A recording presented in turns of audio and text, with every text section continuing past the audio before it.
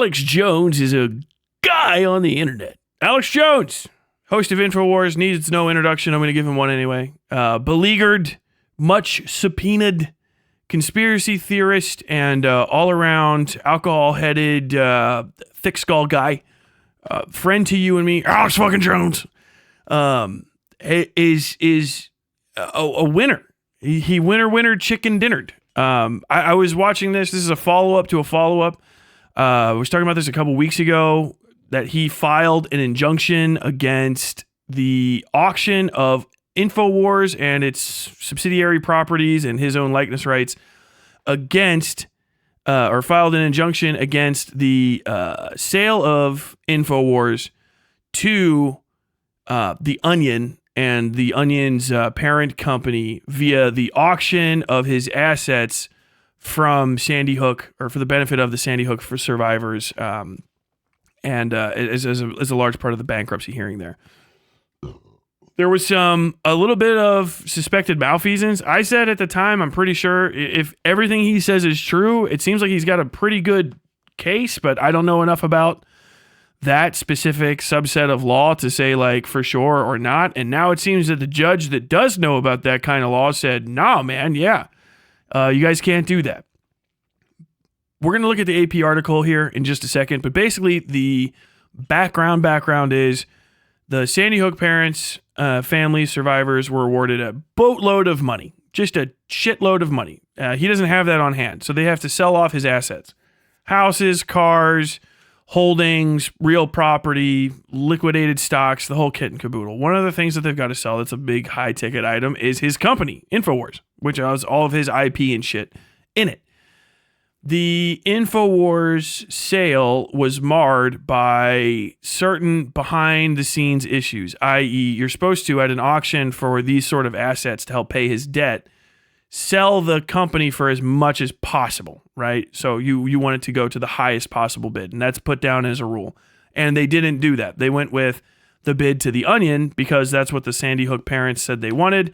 And there was a bunch of issues with how the money was raised and whether or not that kind of money could be used, or that kind of accounting could be used to account for the sale cost. And basically, long story short, a judge ruled in favor of Alex Jones and quashed the sale for now. We're going to read about this. This is the Associated Press by The Associated Press by Dave Collins. Okay. Oh, look at this lady. She's doing great. Pregnant beggar asked for help. Goddamn. The Onion's rejected purchase of INFOWARS in an auction bid supported by families of the Sandy Hook Elementary shooting dealt them a new setback Wednesday and clouded the future of Alex Jones' conspiracy theory platform, which will remain in his control for at least the near future. What's next for INFOWARS and the Sandy Hook family's long-sought efforts to hold Jones accountable over calling one of the deadliest school shootings in U.S. history a hoax was unclear, after a federal judge in Houston late Tuesday rejected the Onion's winning bid for the site. The only other bidder was a company aligned with Jones. Satire publication, The Onion buys... Okay, that's just probably updated by now.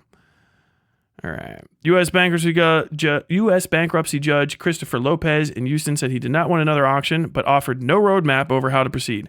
One possibility includes ultimately allowing Sandy Hook families, who comprise most of Jones' creditors, to return to state courts in Connecticut and Texas to collect on the nearly $1.5 billion in defamation and emotional distress lawsuit judgments that Jones was ordered to pay them.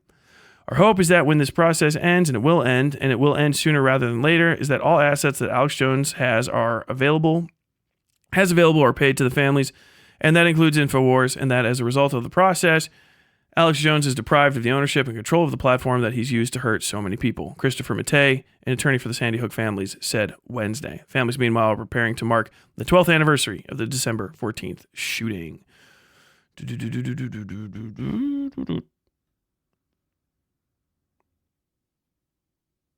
So, yeah, this goes back through the history of what was going on in the last one. Basically, the Sandy Hook families underbid and used some kind of funky accounting. The bid is supposed to be a real money bid to win. So that just basically means you have liquid $3.5 million or whatever, the highest amount, to pay immediately, like cash. No loans, no double checks. And what they did was basically, I don't know if they say it right up here. They might actually put it in a little bit easier terms. Yeah, submitted a $1.75 million cash offer with plans to kick Jones out and relaunch INFOWARS. The bid also included a deal with many of the Sandy Hook families for them to forego $750,000 of their auction proceeds and give it to other creditors. So basically, yeah, they don't get into the nitty gritty because this was several paragraphs in the last story. 3.5 million that First United American Companies, which is a Jones affiliated organization, they were going to that's a cash bid, 3.5 million raw upfront. That will go to paying off the debt or the credit or whatever and what have you. The Sandy Hook families and the Onion mixed things together. So the Onion had 1.5 million, I think it says, or 1.75. Yeah, 1.75 million on hand to do it. So that they had 1.75 mil on hand cash, and then this 750,000 of other bids and auction proceeds. Basically, as the auction continues and we get money, we'll forego some debt and we'll throw in money with you. And that was another thing, is that there's no collective purchases were supposed to be allowed of any property. It has to be singular purchases from singular entities. So you can't have a group that gets together and does it. It has to be one person or one entity. But basically, yeah, we'll get together and we'll mix all this in. And then the total bid is going to be 2.5 million raw cash from mixed donors plus a stated like 1.1 million, I think it was like a 1.1 million debt forgiveness or reduction to basically make the offer in toto worth more than a raw 3.5 million cash offer, which is not acceptable under the deal, which is what I was saying last time. I was like, well, if he's got it and these are the rules of the deal, I'm not going to read the whole fucking thing. It's gigantic. You know what I mean? That's for the judge to do and then give a judgment. Those were all the things that Jones pulled up, and his little thing was pretty fucking saucy. He asked for way more too at the time. He wanted the judgment to basically rule out them ever being allowed to get it. So like their bad auction bid should be completely dismissed. The only bid that's acceptable should go immediately to the next bidder, the next preferred bidder, which would be American First United Companies or whatever.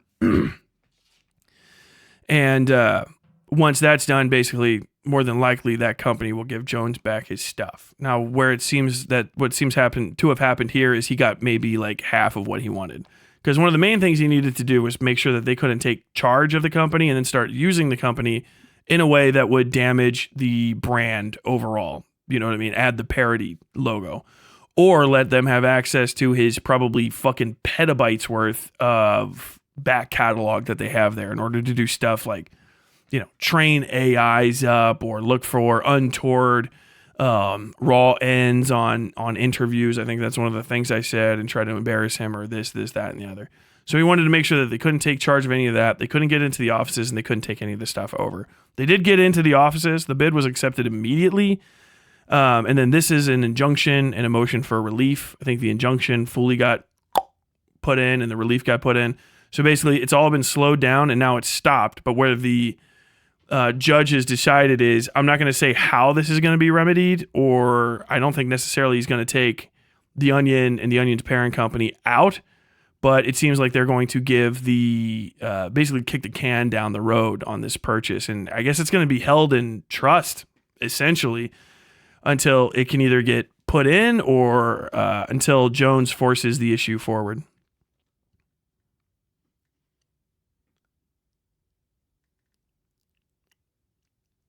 Tyler, that's the tri-state area. New England stops after Vermont and Connecticut. Well, I'm just saying it's New England that he was leaving. That's where it's all fucking tied up. Once you get past that, into tri-state area, start approaching Appalachia and then past Appalachia into the fucking Midwest and the plains and stuff. Just everything spreads out. But that's not here nor there. Did the Onion get access to Alex's stuff for like a second? What's going on with the ads on the side? I have no idea. Christopher Murray, the trustee who oversaw the auction, said he picked the Onion and its deal with Sandy Hook families because it would have provided more money to Jones' other creditors. Let's see, hold on.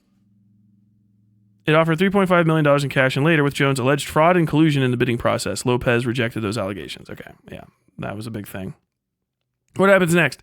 Lopez directed Murray to come up with a new plan to move forward. Murray and representatives of the Onion did not immediately return messages seeking comment. The judge said there was a possibility there could be a trial in 2025 to settle Jones' bankruptcy, and that Murray could try to sell the equity in INFOWARS' parent company. The judge said he wanted to hear back from Murray and others involved in the bankruptcy within 30 days on a plan. On the social media platform X, Jones called the judge's ruling a major victory for freedom of the press and due process. Jeff Anapolsky, an adjunct professor at the University of Houston Law Center and managing director and founder of Anapolsky Advisors, a financial consulting firm, said he was not surprised Lopez rejected the sale. He was not involved in the case, but said he has appeared before Lopez and described him as a fair judge. Anapolsky believes the sale of INFOWARS assets will ultimately take place and be approved. So that's up to Mr. Murray now, the trustee, to go do something to make everybody feel like everybody had their say and understand the transparency of the process. Sandy Hook family's marking the anniversary, all that stuff. So basically, yeah, kind of like I was saying, the stuff is going to get sold. The sale's going to go through. More than likely, the judge understands the situation at hand. There's like spirit of the law, letter of the law stuff. You kind of have to try to follow both. I think I brought that up before. The spirit of this judgment is to basically destroy Alex Jones for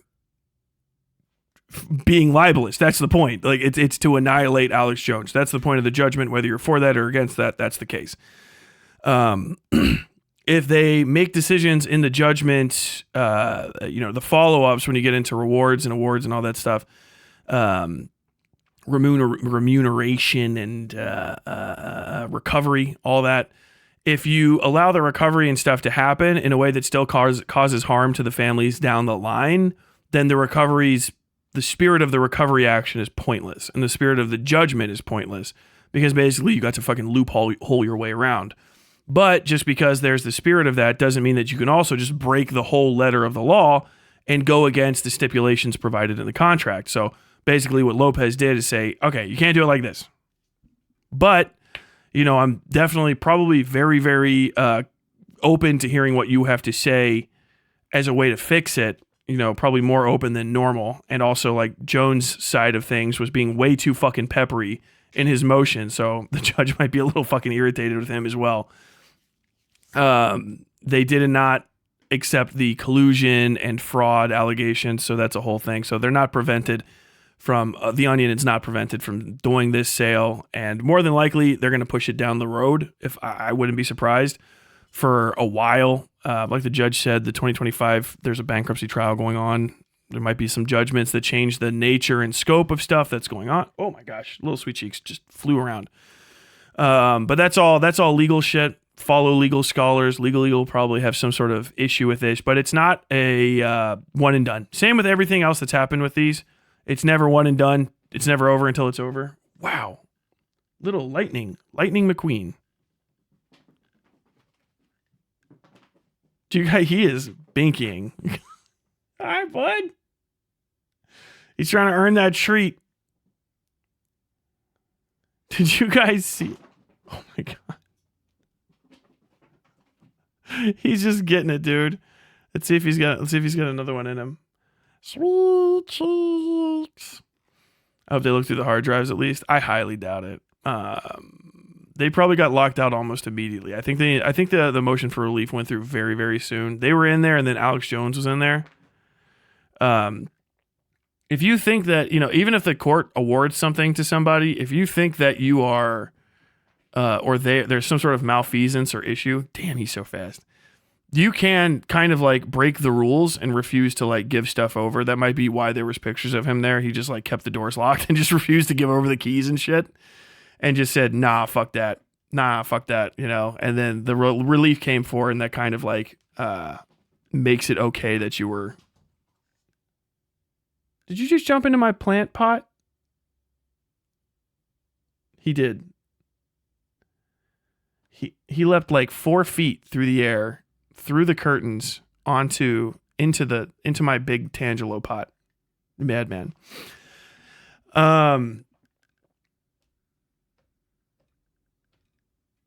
That's a very fast rabbit.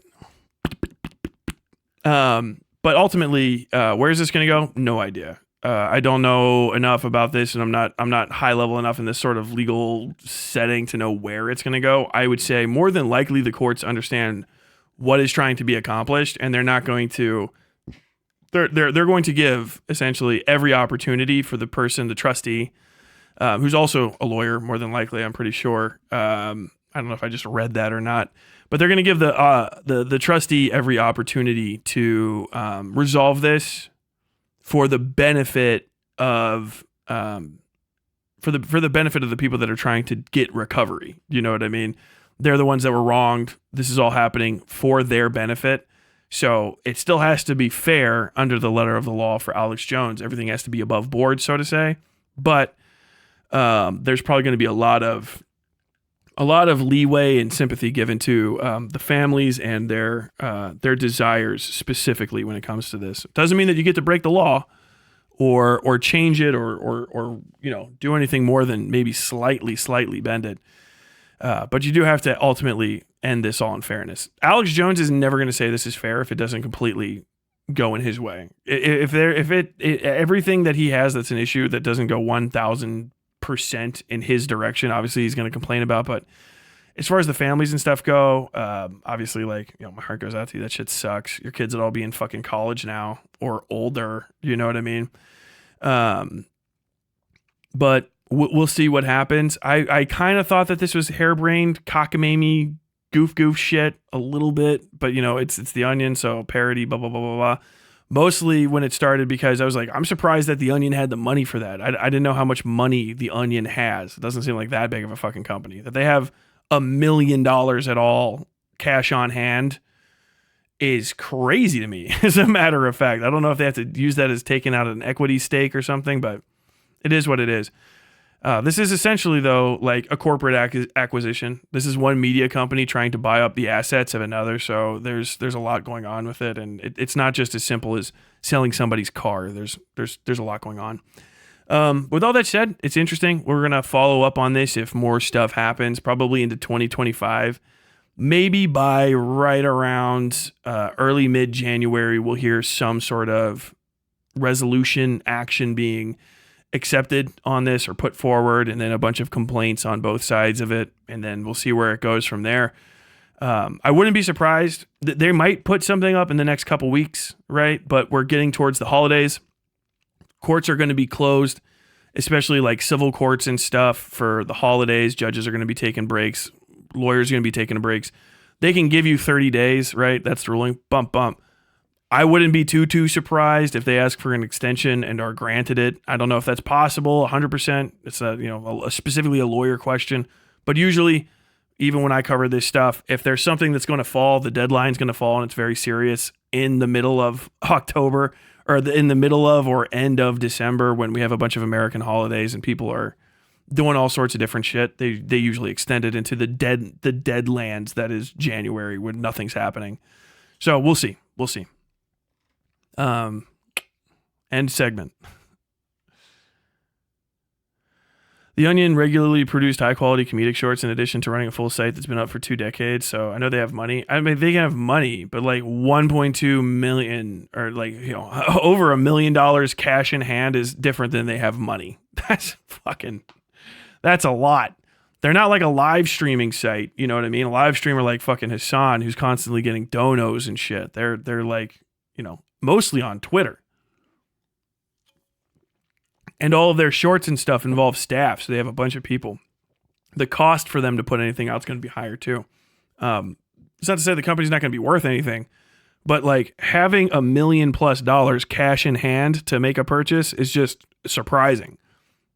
It's just a surprisingly large amount of money for an internet news site. Do you know what I mean? Like a parody internet news site that in my mind is only relevant when they run one of their 3 things where it's like, it happened again, says country where this only country where this regularly happens type deal. I hope the Onion manages to win the bid. Yeah, more than likely. I wouldn't be surprised too if some other company comes forward, like something like. And here's the thing too. Like you can make a company, right?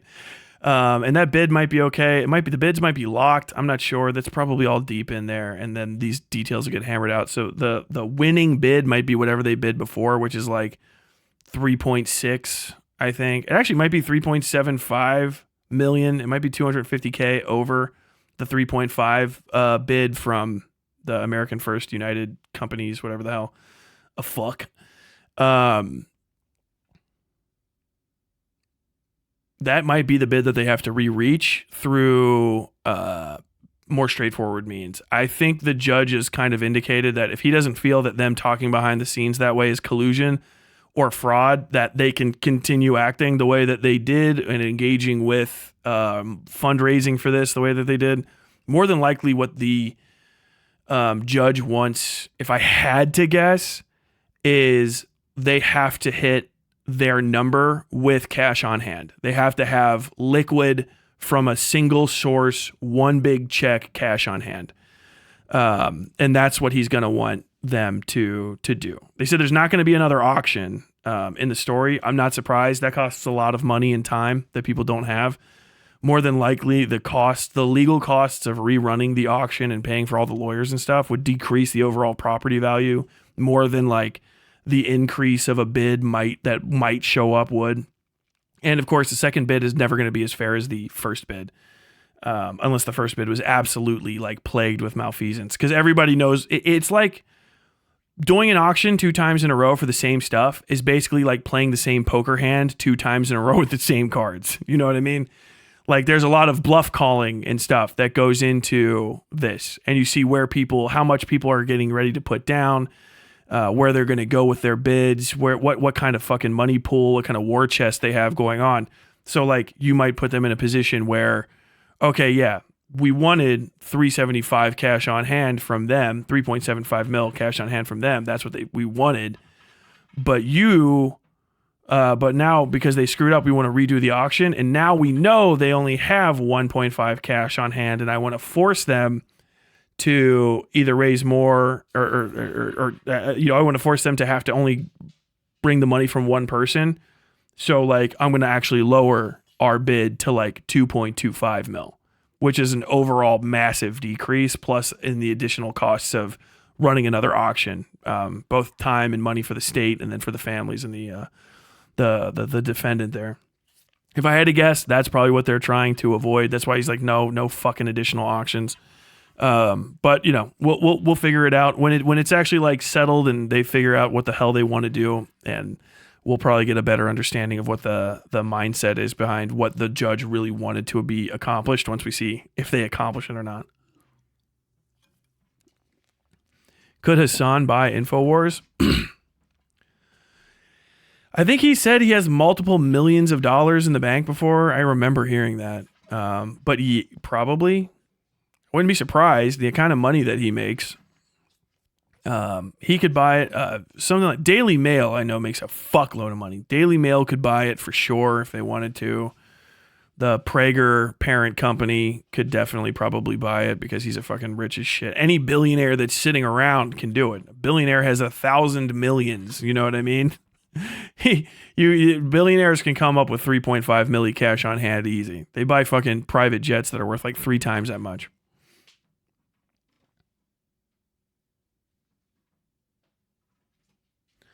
Though talking about InfoWars though, there's no reason for Hassan to not be running his company like InfoWars is run. That's the thing that throws me off completely. Like he shouldn't be streaming from his fucking house. I mean, I guess it's an LA thing, but like at a certain size, if I got to like probably like 250K total subs, no, that's still pretty low. If I got over 1 million total subs, if I was doing like 10 to 15K in concurrence all the time routine, I would probably just go get an office because it would just be way easier, and I could go to work and then go home. You know what I mean? There's something to be said about like at that. I'm going to explain why. This is a different segment, by the way. This is the other segment ended where I said it did. People don't think about this, but it's very important, especially when you specifically do live streaming. Because live streaming is just something we've always had, which is just live news, live interviews, live feed stuff. Office space is not that expensive. It can be very, very expensive if you fuck up. But as far as business cost goes, what you gain versus what you lose can be pretty monumental when it comes to especially stuff with media. Having a third location for work, first off, will make you less insane because you're not at home being grilled. You go to work, and then when you leave, you can like leave all your stuff at work.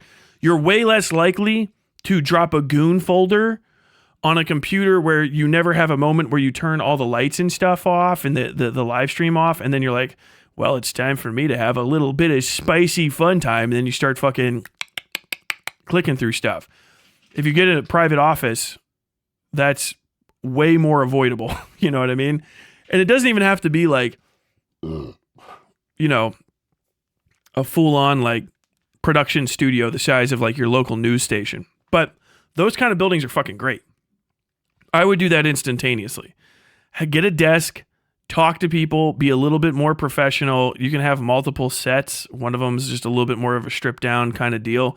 I'm pretty sure, what's his name? Kai Cenat or whatever. The guy that has that same basement looking set all the time that's in his house. If I had to guess, that's actually 3 or 4 different sets in his house. And then maybe also in like a sound stage or some sort of like small business park nearby. So that he can do all sorts of different stuff. And then also like he can trick you into making you think it's always down there by like leading you in and out in the house. And then also they can go there. Why is that important? Well, if you are a person that's going to have guests, it's way easier to have guests not at your fucking home. That's one of the first things, because your house is your house, right? And it's got all your shit in it, including your personal baggage as a human being, which you might not even realize has seeped into the walls. So when you hit a level where you're like, I am on it, you know, maybe if you're in LA, of course, yeah, whatever, have a garage office or something and build it up for it. But like the streaming out of your living room, your bedroom type deal, when you're at a certain level is not great. Having good highway access for guests, being close to or like a reasonable distance from like an airport, if you want to have people come and visit you, is all basic shit when it comes to interview shows, right? The main exceptions are the interview shows that are the biggest on earth because they're filming at fucking 30 Rockefeller Center. Do you know what I mean? It's the fucking Tonight Show and shit. All the other ones, and those send out cars and stuff for you, and you have a public transportation system. But the main thing is you can set your lights up. You can have a different place that's not there. You can get your mail sent to it. You can use it to defray the people visiting you. You can have a parking lot. You know what I mean? Where people come and go and leave and get back. And it's just way better to have an office in production. It just really is.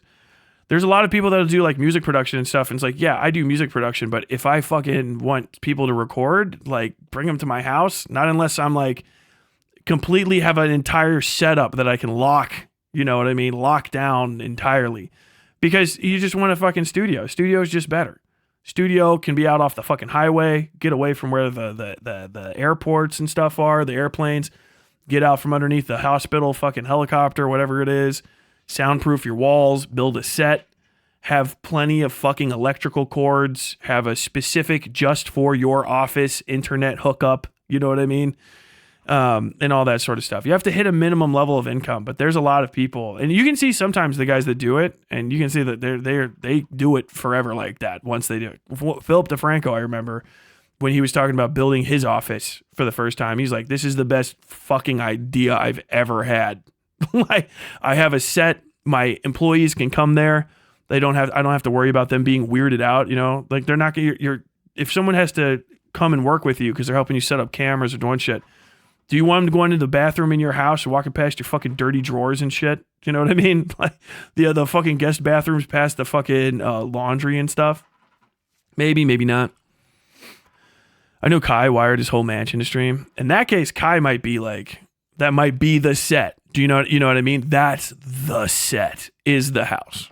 Kind of like when you see like, you know, reality TV, they have the whole fucking house set up. Same deal. Welcome to the Westside, Mr. Hero 09991. Yeah, he just clones his house for his streaming. I like to separate personal and professional. The idea of having a professional space is great. I go to the library most every day to do work. Yeah.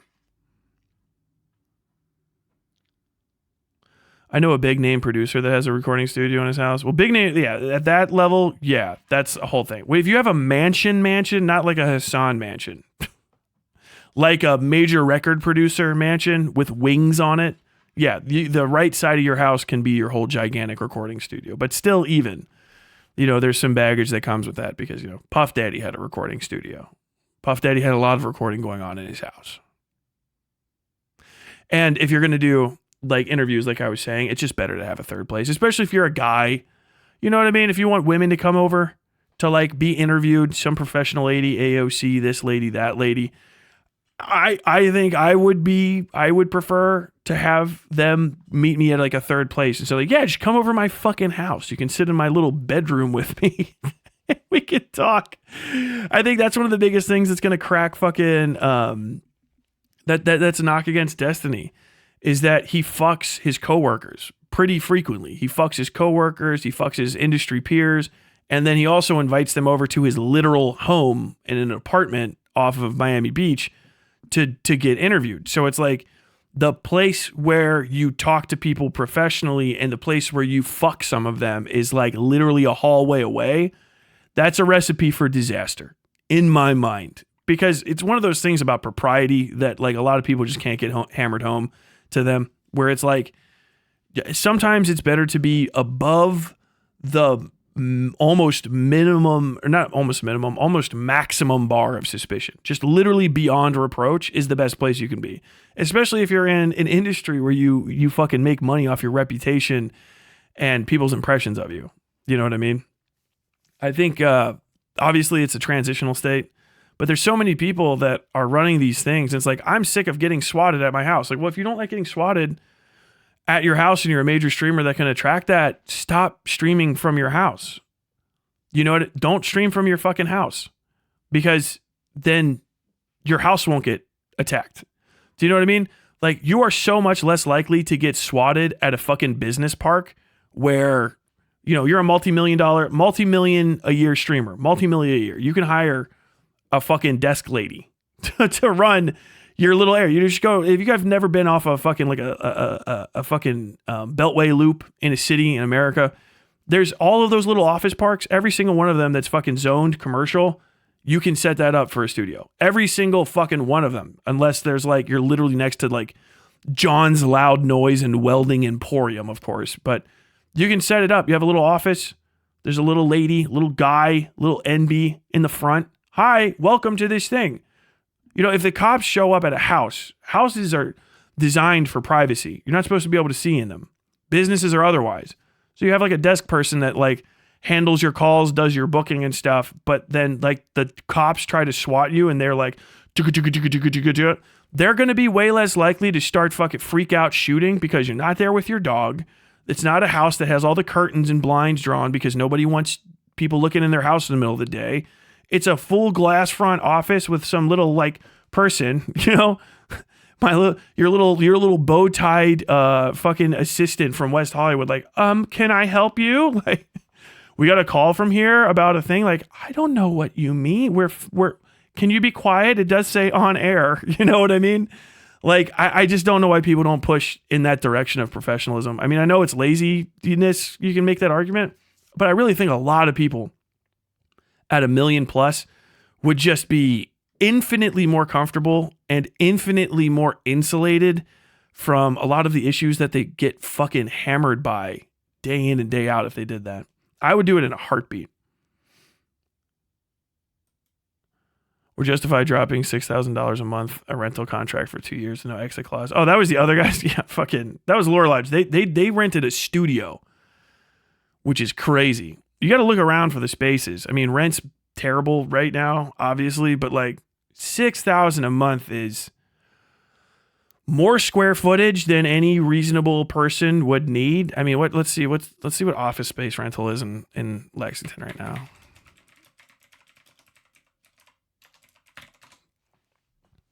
Workspaces in Lexington from Regis. LoopNet. Property Shark. office space. Let's see.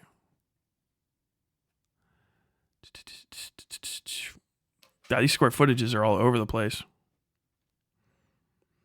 Pimlico Parkway, Park Hills Center. $14 to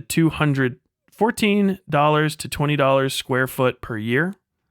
So the smallest spot is 752. So let me see. 752 is like pretty decent. I think 900 square. I'd say 1,000 square feet would be the maximum. More office space than most people would need for almost any fucking show. Let's see. So 18 to 20. It all seems about right about the same. 1850. Yeah, okay. So 1850 seems like a pretty average. So whatever. 5 times 111. $18,500 a year for 1,000 square feet, which is bigger. That's like a fucking 2-bedroom apartment. All right. With the no need for a kitchen. So more space than you would probably ever need. You probably get by with way less than that. Is it too much for me to pay? Like, yeah, man, fucking obviously.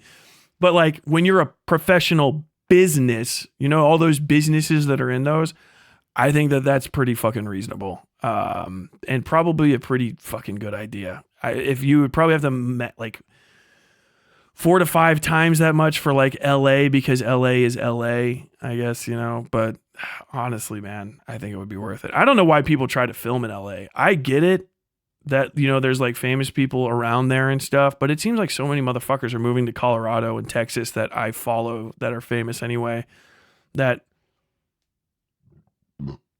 excuse me. I feel like if you move to St. Louis as an interview show, if you're a live streaming interview show, if you move to like St. Louis, you would actually probably be like one of the most accessible interviewer spaces like on earth. Cause it's just every road can go to St. Louis. It's just in the middle. It's the fucking gateway city.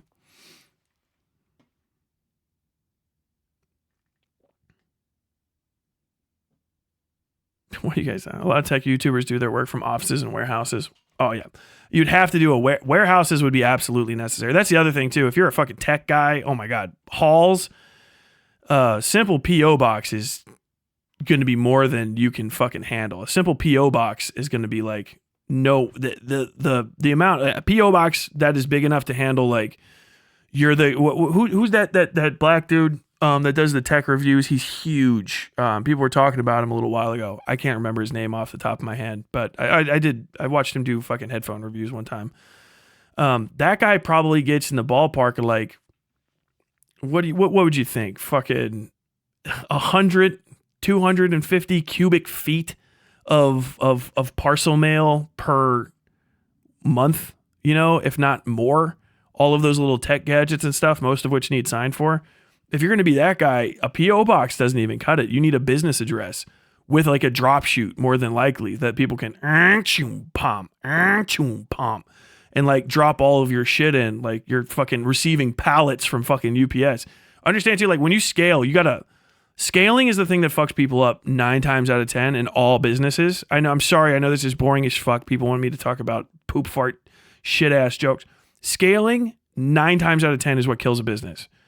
Almost like universally that I've seen. What is scaling? So scaling is when you go from whatever you started as or wherever you are now to the next step. So you're a food truck, right? And you do your food truck. It's you and maybe like your fucking loser cousin and some guy that he knows that fucking kicked heroin and needs a job, and he'll work for cash for you at the park, you know, at 4 a.m. making fucking pretzels and shit. Okay, cool. Moving from that food truck to a brick and mortar is like the first scale, right? That's scaling, because you go from just a completely different set of costs and risks and associated like fees and taxes and shit to an entirely new area. And understand, if you're a business, you have to scale as you make more money. If you get X amount of cash, it is going to be, and this is a good part of the system, it's going to start being at a certain point deleterious to your overall, like what you really bring in and how much work you do to not scale your business up. Hire more staff, get a brick and mortar, franchise, move to the next step, because really you don't want to sit on money too much. Obviously people do, but if you don't have like concrete investment wealth, you know what I mean? And that's not part of the major thing. That's not great. And as you get bigger, your tax burdens get higher. Your legal requirements for operations get higher. Like basically you get to fight, and people don't realize this, but you get to fight, play with, pads on as a small business. If you make less than, I think it is like $1.5 million a year in gross revenue. If you make less than like $1.5 million, and it changes from place to place to place, and you have less than X in sales tax, and you have under X amount of employees and X amount of employee overhead in the form of payroll tax and stuff, you basically are in like the literal little leagues. And so the courts are a little bit more lenient with you. The rules aren't as strict.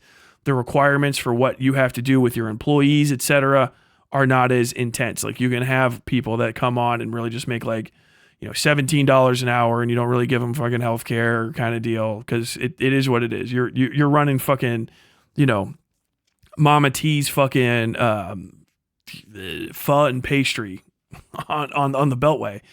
And so like that's your brick and mortar, right? You got a few people and da-da-da-da-da. Now at that brick and mortar, your fucking health inspections are going to be more intense. Your insurance is way higher, but your yield can go up so much fucking bigger than the food truck, right? Your yield potential can be massive.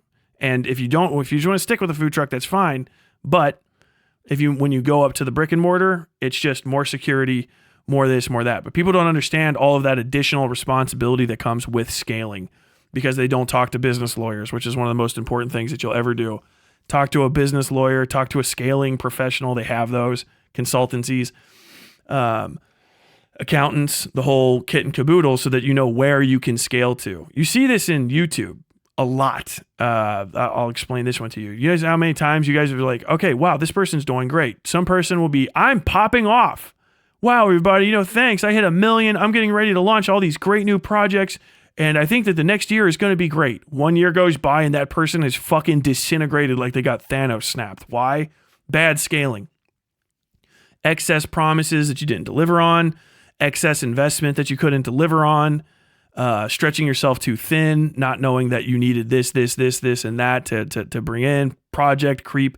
And then sometimes just additional shit depending on where you live. Like, hey, that guy that you had working for you when you were just doing one show with him a week, his hours were just 10 hours a week, but then you got his hours up to 50 hours a week. Did you know that you have to pay him fucking hourly plus overtime? And because of the amount of money that you're making right now, he's actually supposed to get benefits. You're at the threshold. You have to pay payroll taxes, and you have to engage your company in the healthcare market. I'm like, what? Yeah, man. Sorry. Congratulations on being successful, but now you have to actually make up for the leeway that you get as a small business starting up. Like, holy shit, what the fuck? I'm thinking of Nostalgia Critic's 70 Projects. Nostalgia Critic is perfect. A perfect example. He did he scaled in all of the worst possible ways. He bought a studio, made a giant set for a show that wasn't even in his wheelhouse, that game show thing. It never aired. All the rest of it was ass. Penny Arcade overscaled like 10, 12, 15 years ago. They overscaled and added like another 1 or 2 comics. They were doing I don't know if you guys remember this. Penny Arcade was doing a fucking reality TV show. They did a reality TV show on Penny Arcade. It's still online somewhere. And then they were doing a few other things. I think they tried to make a video game. Sometimes that scaling comes because an investor will come by like, hey, I think your company and your ideas have a lot of potential. Give me 10% of your company. I'll give you $500,000 on loan at fucking 07 Mustang in Jacksonville in 2006 prices, APR. And then you just pay me back and you'll get bigger and we'll get bigger and we'll grow together. I have faith in you. I'm an investor. And then like, that's the other way that people scale and they blow up. That's actually there's a word for that. I don't know what the hell it's called, but basically turning a privately held company into like basically investing in them in a way that lets you kind of contractually access their IP. And then when they fail, you just take their IP for yourself. You get your money back to some degree. Are there people to talk to for content creator scaling? I probably not. Maybe, I don't know. More than likely, the only person that you could talk to about content creator scaling is just a larger creator that did it well. You know what I mean? Or just kind of like look into it. It is what it is. More than likely, though, 9 times out of 10, in my mind, high degree of possibility, the best person to talk to about scaling, other than the business lawyer, is going to be an accountant. If you've never talked to an accountant, especially a business accountant, you got to move on from personal finance to business finance. Get a business finance accountant that's good, local, and wherever the fuck you are living. Do not talk to a fucking accountant from outside of your goddamn state. And just have them run the numbers. Sometimes they'll do it for cheap. Sometimes they'll do it for, basically on spec to try to get you as a client. And they'll tell you, okay, so right now your income is this, your burden is this, you have some issues right here. And I think you can talk to a lawyer to make sure that you're clear on these, because you should have had answers for these questions and you've never been asked them before. But where I see it is you have a profit margin that's actually a little too high, right? So you're getting really cracked on your taxes because all of that profit that you're not, accounting for, all of that gross that's not going into the net, you're gonna get charged for that. So you should do some of these things. Or conversely, they're like, okay, so I understand that you said you wanted to make the big business bigger. You wanted to take the next step, but I'll tell you right now, with the current way that you're doing things, you're actually you have a dark hole where labor costs are, because you're putting 80 hours of work into this thing and you want to offload that work. Those 40 hours at the rate that I looked up for the kind of person you want to hire are worth way more than you can pay. You could not afford to have somebody for 40 hours for that. And it seems like in your business plan, that was completely necessary. You need that guy. Like, yeah, I need that guy. Yeah. You would not be able to do that sustainably. I mean, it might work, but like more than likely what you're doing is more of a gamble than it is a business decision. And I wouldn't make it. That's what it's going to sound like, those conversations. I had them before. I've talked to a fucking accountant. It's not a big deal. Didn't Penny Arcade do some weird gooner shit before their downfall? Did Penny Arcade have a downfall? Penny Arcade's fine. I don't fucking think so. Private into a public company. No, not going public. I said it the wrong way. Basically, adding an additional infusion of private equity investment into a company that has none, right? Taking on investment without going into, bringing in lawyers and accountants is like the worst thing that people can do. It happens to creatives so often. Somebody said that happened to Zaum and they regret it. They didn't kind of regret it. They fucking disintegrated. Investments can be good. Pirate Software had a pretty much perfect statement on it, though. If someone's offering to invest money in your company, but you can't figure out what you would be using it for, and it wouldn't make you more money, there's no reason to take the investment money. There's just none. If you don't have a plan, if someone's like, hey, you're doing great, I think you could be doing better with $500,000 of my money paid back at this rate in a small percentage of your company, what are you going to get for that? And if it's not anything, then don't do it.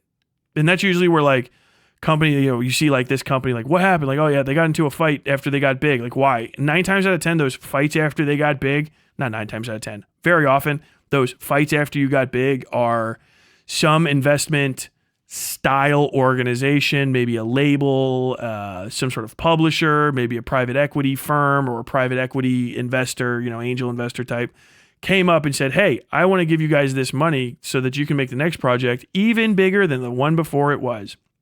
And somebody goes, that sounds like a fucking scam. And the other guy goes, well, if we just accept it, then I can get like fucking $110,000 like right now, cash. So I want to do that. And then that's where they get into a little bit of an upsetty spaghetti with each other. Hope you enjoyed your time